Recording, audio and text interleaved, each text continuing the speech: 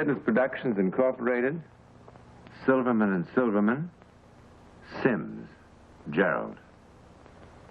4205. It's the beginning of another business day in the city, 9:30. But for Mr. Sims, time as we know it is about to stop. In a few moments, he will be hurled back into the dark abyss of the past, where every moment is an eternity. Mr. Sims is about to penetrate the psychic barrier. Now, for this journey, no passport is required, no visa. In Mr. Sims's case, he already has what he needs. A guilty conscience.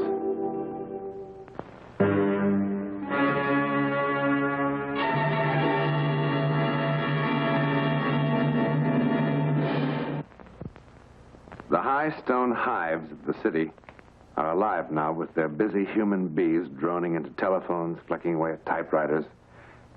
But for Gerald Sims, respected vice president of Fidelity Import-Export Company, this day will bring the shock of his life. Paragraph. It is anticipated that we can make delivery at the Port of Marseille on the 1st of July, provided we hear from you by the 20th of this month.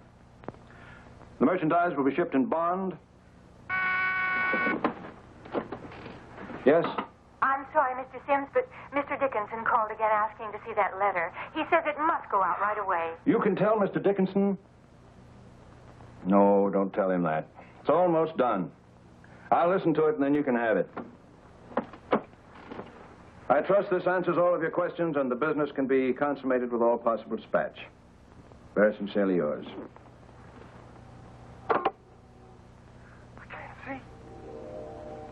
I can't see.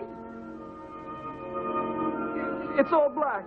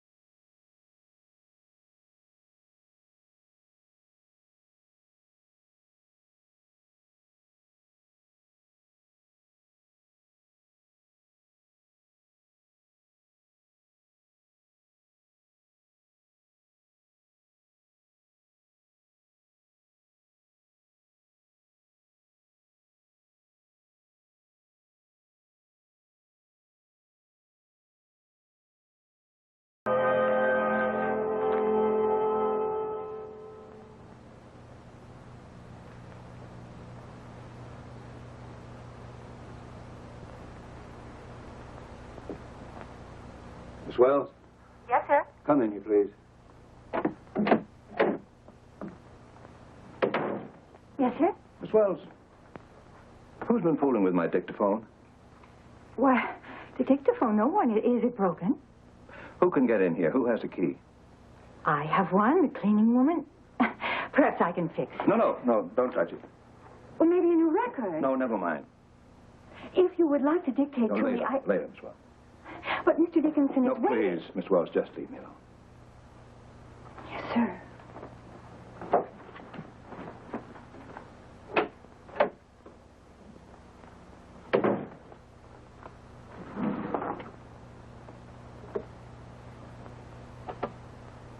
I can't see. I can't see. It's all black. I want to go home. Take me home. Please, please. I can't see.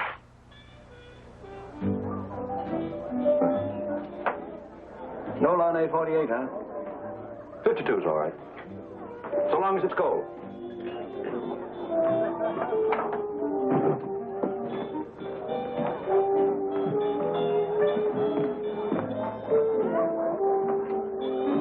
No matter how I try to imagine you in your way, it's much better when I see you.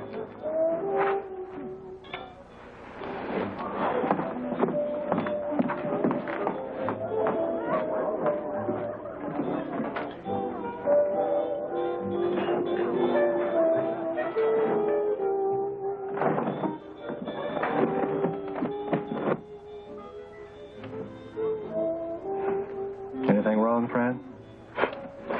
No, I guess I'm just not very good at living like this. You know, everywhere I go, I imagine that someone's following me. That's silly. Even when perfect strangers look at me, I think they must know all about it. Jerry, I hate this guilty feeling. Guilty of what? Dancing together a few times, having dinner? It's a pity we don't have something more to feel guilty about. Anything happened today? Particular, Eileen? Did you hear from Douglas? I had a letter from him. It's hot in Guatemala, and the dam is 2 weeks behind schedule. And he won't be back home until July. That's more like it.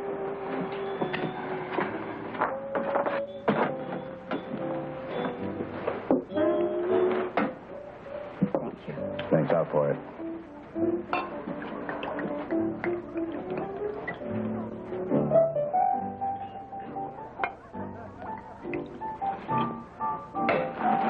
Now, to us. Tonight.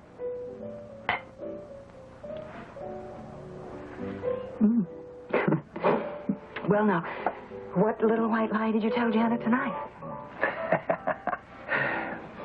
Tonight, you're a very important buyer of farm machinery from Istanbul. You're dark and swarthy. You drink large amounts of some poisonous liquor. Your name's Mr. Ataturk. Ataturk? Oh, no. That's even worse than it was last week. Who was I then? Oh, I was Derek Highland Hyde, Esquire, going on 78 and terribly interested in sick room supplies, right? Right. Oh. Jerry, this is awful. How awful? They have to act like thieves, stealing every minute, every hour. Sitting in dark corners and out-of-the-way places. Wondering how long it will be until what we feel for each other isn't a secret any longer. Jerry isn't getting any easier either. I know. It's the same for me. There's nothing we can do about it. There's no way out, is there? Well, if it isn't good old Jerry Sims. Hello, Tom. Well, what a break running into you. Saves me a dime. I was going to call you. Just got into town with some of the boys for the meeting. Mrs. Sims, I presume? Didn't know old Jerry had such a good eye. Just don't stand there, Jerry. Introduce her. Friend, this is Tom Cruikshank, an old friend of mine from Chicago. An old friend who's going to buy us all a great big drink. Oh, no, Tom, thanks. Well, no, we can't. We have a dinner date. In fact, we're late now. Call me tomorrow, huh? Oh, one for the road. No, we really mustn't. Thanks. It's good to see you, though, huh? Give us a rain check.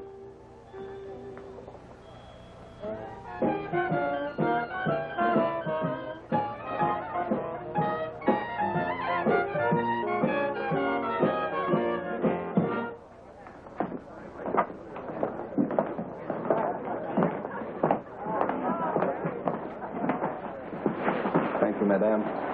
What can I say? I could have danced all night. The pleasure was entirely mine, Mr. Twinkletoes. You know, I'm going to have about 17 more of these. What a hangover you'll have tomorrow. There isn't going to be any. Yeah, you want to bet? I mean, there isn't going to be any tomorrow. Not for us. What brought all that on? Too much brandy? Because that man I hardly know saw us over there? Tell me. I don't know, Jerry. Maybe all that. Maybe a lot more. I don't know.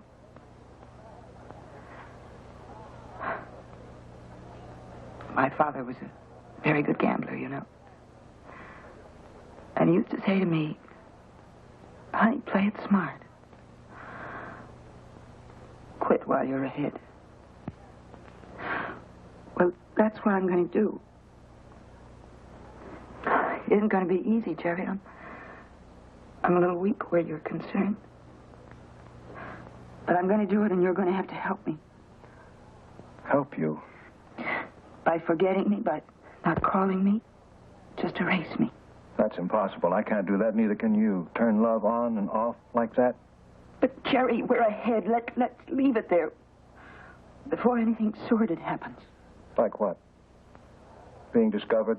Like something even worse, like beginning to hate each other for what we might do to the people that trust us. Or like falling out of love. Jerry, I couldn't stand that. You're not a very good judge of character. I couldn't do that. I'm not a fickle fellow. When I find someone like you, I hold on to them no matter what. Jerry, I love you so much. But I've made up my mind. I want you to give your marriage another chance.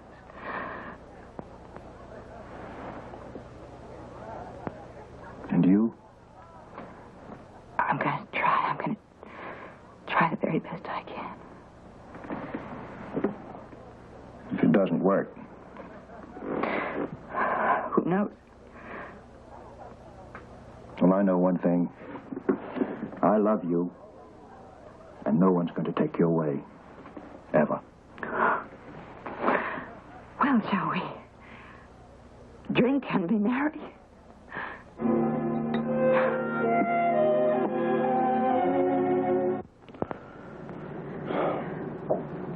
Honey, I'm way over here, all alone. I don't like it that way. Please, Jerry, don't make it any harder for me. Okay. I'll bring you over here.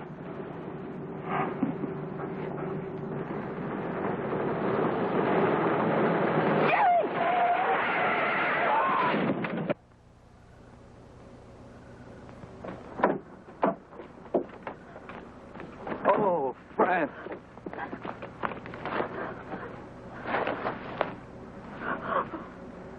I can't see. I can't see. It's all black. I want to go home. Take me home, please. Please.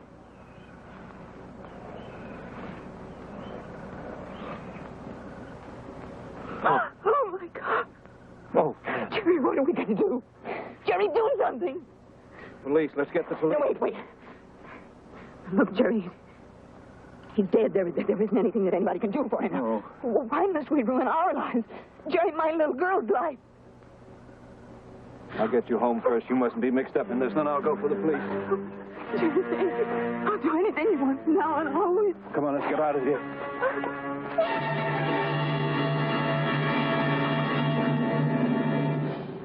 His mother.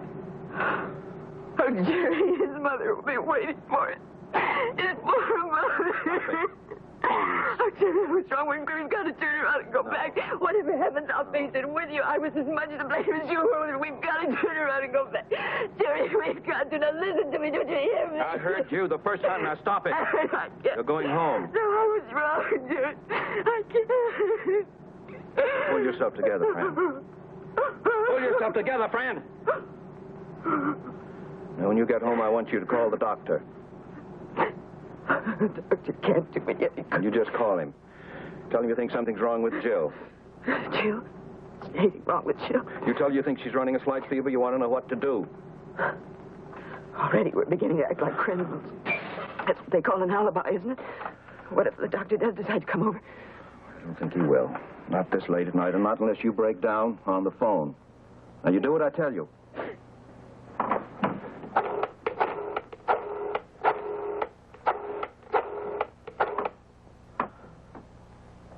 Hello, Janet. Jerry. Did I wake you? Oh. No, I'm all right. I'm at the office. I'm waiting for a call from London. Yeah, the time difference messes everything up. Well, I got rid of him an hour ago. Got the order, too. Oh, Janet, there's the call on the other line. Would you call me back in 5 minutes, say? No, you call me. Bye.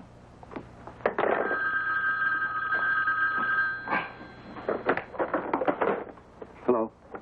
Hello, Janet. Janet, do you remember that coat you wanted? Which one? I'm afraid it was the mink one. You can have it. No, I'm cold sober. You can buy it tomorrow. That phone call was worth waiting for. I got the order. Mm-hmm. I'm coming home now. Does that mean anything to you? Good. Me too. I'll see you.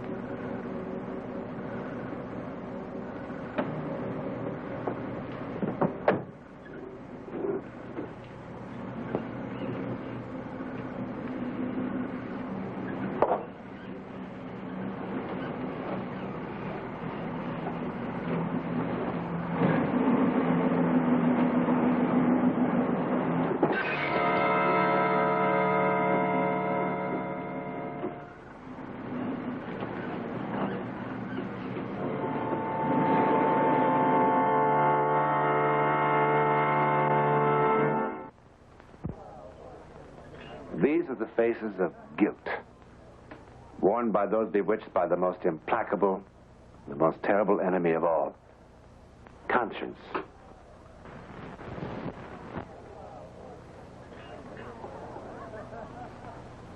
For Gerald Sims and Frances Hiller, it was the longest year of their lives. Now when they meet, they have only one thing to talk about. Jerry, I can't stand it. Francis, believe me, it's over.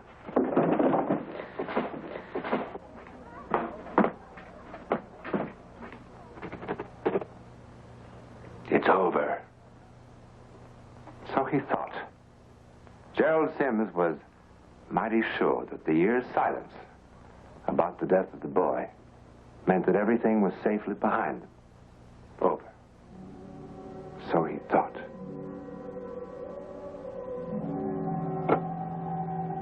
I can't see. I can't see. It's all black. I want to go home.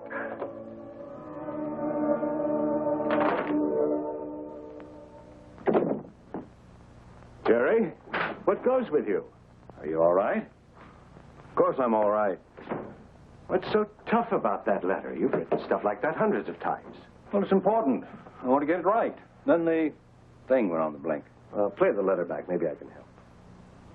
Well, come on, man. Turn it on. No. I want to do it all again. I'll bring it up to you ready to go. You look sick. I'm going to give you an assist. No, Here. it's no good. I want to do the whole thing over. You're acting like a guilty bank teller when an examiner shows up. You need a doctor or something? I've told you I'm all right. Just give me an hour. I promise I'll have it. Well, have it your way. And have it in an hour.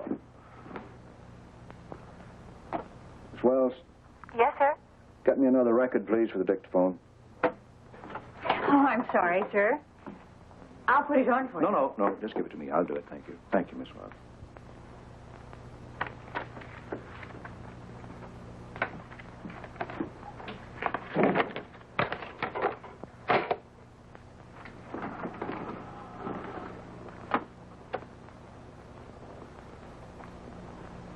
Dear sir. Dear sir.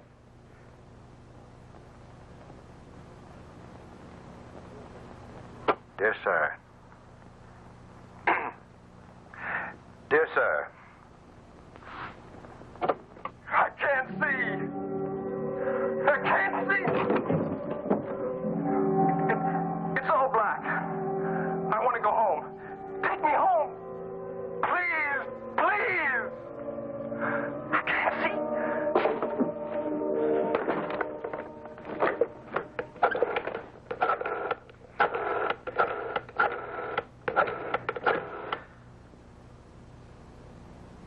Mrs. Hiller, please. Where? Thank you.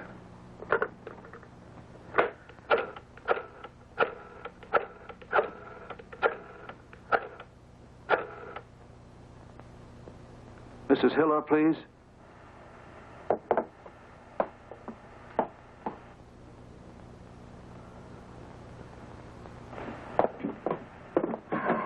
Hello? Hello, Fran? Fran, can you hear me? Yes, I can hear you. Fran, listen. Something's happened. Somebody knows. I keep hearing a voice on my dictaphone. It's his voice. It sounds exactly the way his voice sounded that night. Jerry, what's the matter with you? Are you out of your mind? Fran, listen. I've got to see you tonight. You've got to listen to this, too. Maybe I am sick. You must hear it, too. Maybe the voice isn't there at all. Please, Fran, tonight. I'll be there. Goodbye. Thank you.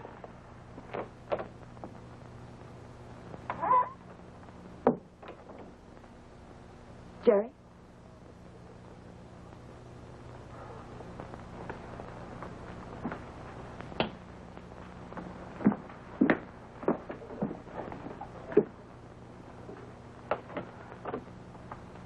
I can't see. I can't see.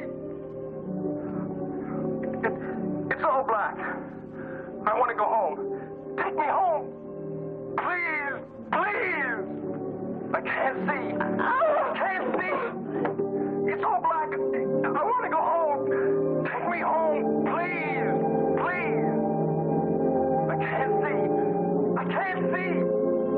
It's all black. I want to go home. Take me home. Please, please. I can't see. I can't see. It's all black. I want to go home. Take me home. Please, please. I don't get it, officer. I tell you, he was no ways near me when, for no reason, he goes off the road. I don't know, maybe it was one of those optical illusions. Optical illusion. That's possible. It's possible. A few hours ago, Mrs. Frances Hiller walked into the 23rd Precinct station and told the police that she couldn't stand it any longer. She referred, in a near hysterical state, to a voice heard on this dictaphone. The voice of a young man dead for 1 year. The police have already listened to this evidence, and this is what they heard. Dear sir. Dear sir. Dear sir. Dear sir. That's all they heard, despite the tearful claims of Mrs. Hiller. You know that conscience is a potent enemy. It has been known to create a voice of its own, a voice of doom, heard usually only by the guilty. However, psychic phenomena offers many reported instances of an apparitional manifestation, wherein the victim has appeared to the guilty long after the event. Now, isn't it possible that in the case of the guilty, in mind and heart, that they could also receive an auditory manifestation? In this case, a voice from beyond the grave. Isn't it possible? In a moment, a word about next week. Coming on Alcoa Presents in the weeks ahead is a particularly powerful collection of case histories from the world of the occult, which is just one step beyond our understanding, but is nevertheless somewhere out there. You won't want to miss a single one of these exciting episodes.